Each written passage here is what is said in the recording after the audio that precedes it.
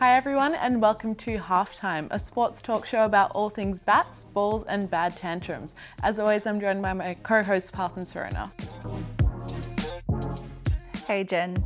This week we pay our respects to beloved AFL figure Danny Frawley, see how fans are feeling in the lead up to the AFL Grand Final and have a look at the Monash Fun Run. But first, let's talk footy. While last week's preliminary finals left some fans in tears, for Richmond and GWS supporters there is nothing but joy in the lead up to this week's grand final. So we sent Seb out to capture the raw emotions and reactions of die-hard fans following the Collingwood GWS prelim. The final siren has sounded at the G, where GWS have won a classic against the Pies. Let's see what the supporters are feeling after a crazy 2 hours. Giants! On the Giants! How do you feel in the last quarter, mate? Oh, that was great. Couldn't be better. Did you think you were going to win at the end? No, I would not. What's a Brisbane supporter doing at this game? Mate, look, my nan gave me $20 to come over here. It's just a bit of a piss take. You did it for your nan? Oh, I didn't do it for her. I'm going back to smoke a couple of cones in a minute, but... You know what the G stands for in MCG? MC Giants! G stands for G! MC Giants! G stands for G! Woo! We underestimated the GWS Giants. I mean, you guys didn't have Whitfield, you didn't have Green. Thanks guys for watching, and the GWS supporters look like they'll be celebrating into the night. Back to you in the studio. Thanks Seb, great to know how the fans are feeling. Now we'd like to take a moment to reflect on the life of St Kilda legend Danny Frawley, who died tragically in a collision 2 weeks ago. Gone but not forgotten. After the recent passing of Danny Frawley, the AFL community has united in sadness and grief.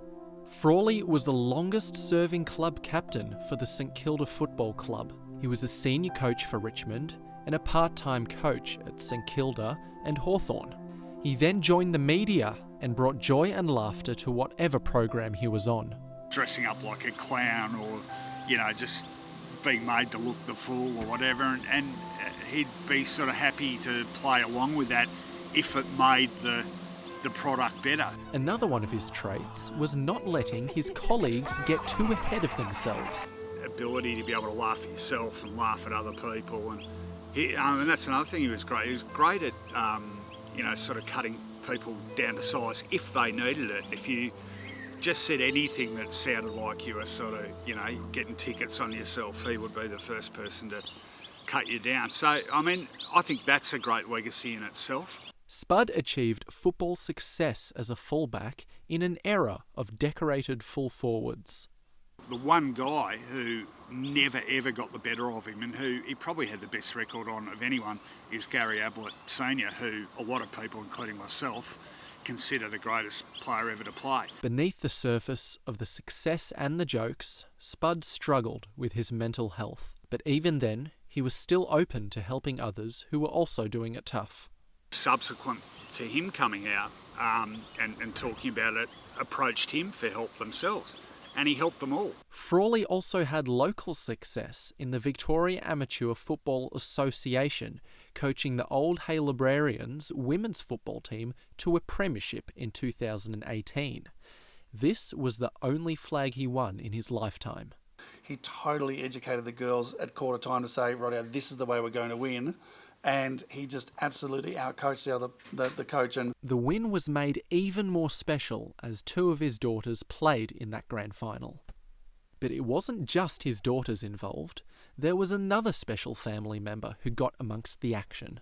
I had a call from him during the week leading up to the game and said, I want to bring my dog and it's going to be there because that's our mascot. And Sandringham policy is that there's no dogs allowed in the stadium itself on the ground. Absolutely resolute that dog had to be a part of the team photo, and his influence on not only just our club but also Haileybury in general has been huge for sure. Over 60,000 people have signed a petition saying that Spud's Golden Fist Award should be presented to the Best Defender of the Year at the Brownlow Awards in honour of the footy legend.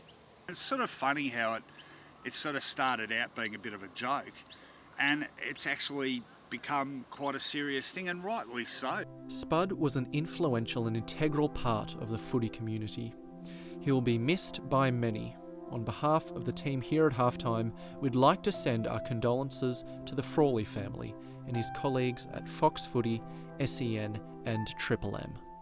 Vale Danny Frawley, he did a lot for the footy community. He's going to be missed. Yeah, it's a big loss and it'll run deep in the footy community for a long time, I'm sure.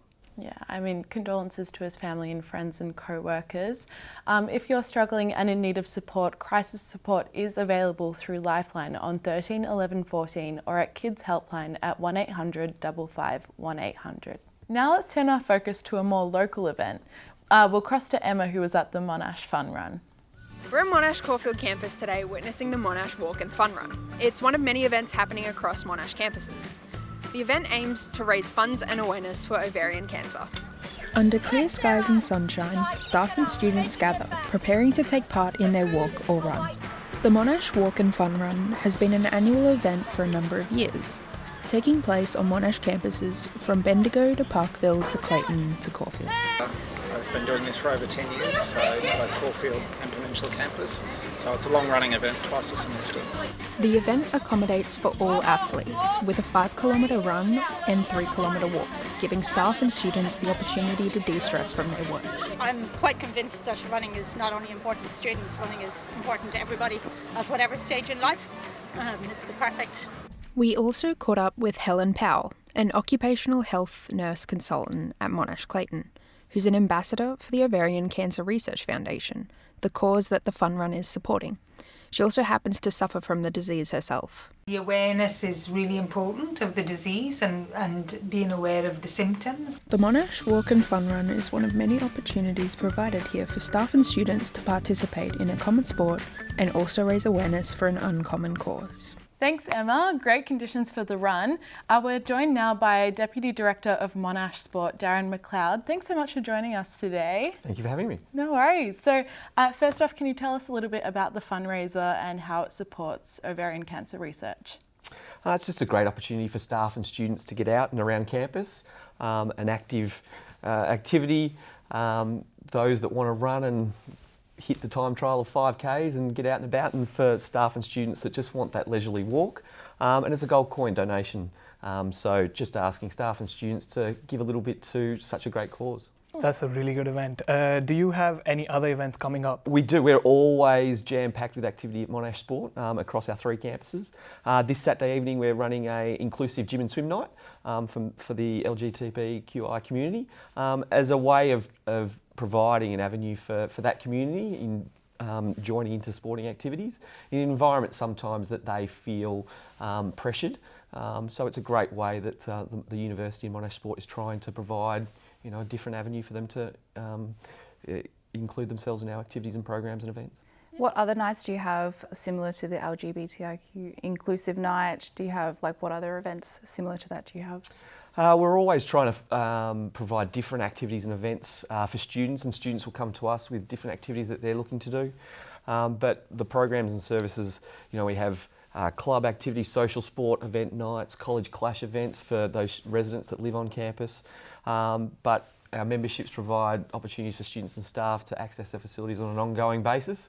And while students and staff here are to work and to study, but it's an important part of everyone's work-life balance to ensure that they take time for themselves.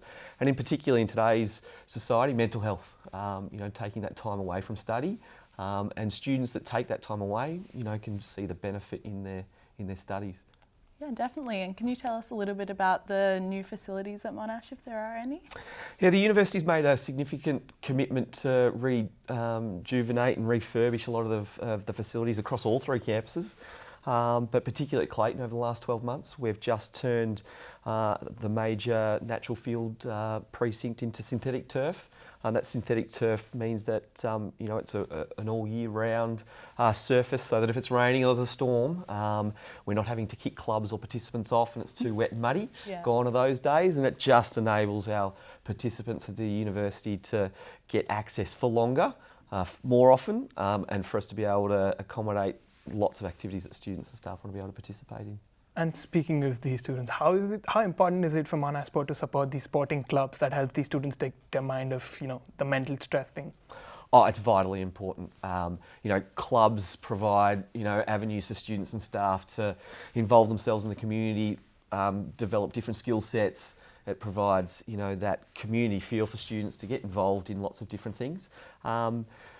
But it just, you know, sport is a bringing together of people, and whatever way that Monash Sport and the University can help students find new friends, find different avenues. Clubs provide leadership opportunities, and it's just a great way to break away from the day-to-day study and work that we all is important to all of us. But it's always important to take time away, and the university's really invested in the health.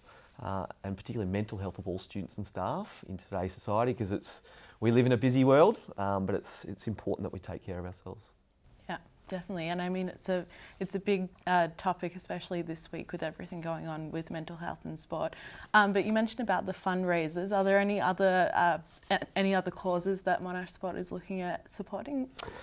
We're always looking at different avenues. So in a couple of weeks' time, an annual event that we run is the 24-hour mega swim, where swimmers get together and swim for 24 hours non-stop, and we raise money for multiple sclerosis, and we do that on an annual basis. The Ovarian Cancer Network Foundation that we've just raised money for the Fun Run. So wherever we can provide opportunities for staff and students to raise money for different causes, and there's lots of different important causes as we know today, but where we can chip in and help, we'll always get involved. What would you say is the biggest event on your calendar? Probably hard to pinpoint, but...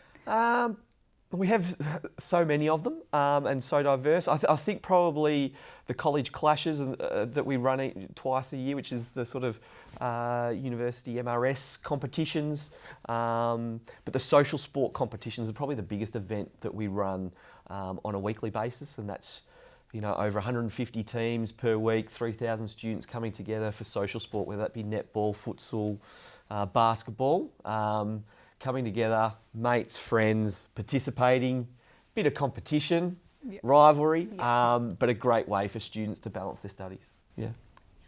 Absolutely. Well, thank you so much for joining us in what I'm sure has been a very busy week. Thank you. I really appreciate it. No problems. Thank you for your time. No worries. So now we're going to head to Serona for the social media roundup.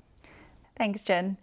English spinner Jack Leach shot to fame after his match-winning partnership with Ben Stokes in the third test, but that wasn't all he hit the headlines for, thanks to his now iconic glasses. After Australia successfully retained the Ashes, Steve Smith came under fire for allegedly mocking cricket's latest cult hero by celebrating with a pair of specs. And not everyone took too kindly to the gesture. While some said it lacked class, others linked the act back to Sandpapergate, and one observer even doubled down to combine the two, calling Australia classless cheats.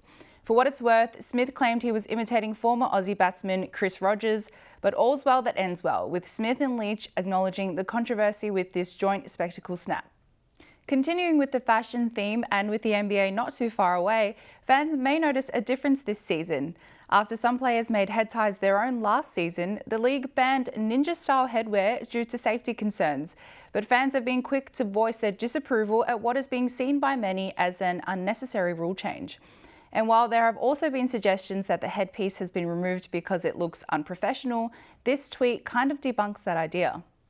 And finally, onto an Aussie making a name for herself overseas, quite literally. Jacinta Galabardacci is playing for West Ham in the FAWSL over in England, and while the team managed to squeeze her 16-letter surname on a jersey for her signing announcement, she says she's happy for fans to call her by the name that actually fits on her playing kit, Jacinta. Back to you guys. Thanks, Serena. Galabardacci. Serious tongue twister. Yeah, thanks for that. So now with finals, a big ticket event for many sporting leagues, it's fair to say that competitions want their biggest stars out on the field. But recently some have questioned whether this mantra has obscured the course of justice. GWS's Toby Green was allowed to play in the semi-final against Brisbane after receiving only a financial sanction for a serious misconduct charge. So guys, do you think this is another case of leniency in the finals? I think so, yes. He did something in the first round of the finals, wasn't suspended. Then he did something slightly less in the semi-finals and was suspended for the prelim finals. I think, yeah, this is the league trying to overcompensate. Yes, definitely. I mean, I think it was that there was a rule that you can't bump into the players that already have an injury, and there was the guy that had his arm all bandaged up, and I think the AFL might be going, we should have done something the week before. Yeah.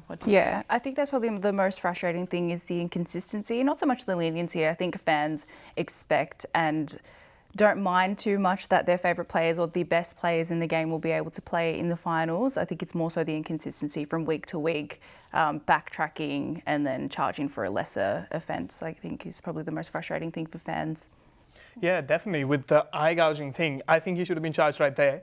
But with them not doing that, I think, like she said, that, well, when it comes to the less offences, it's okay, but when it comes to serious offences, the league should charge them.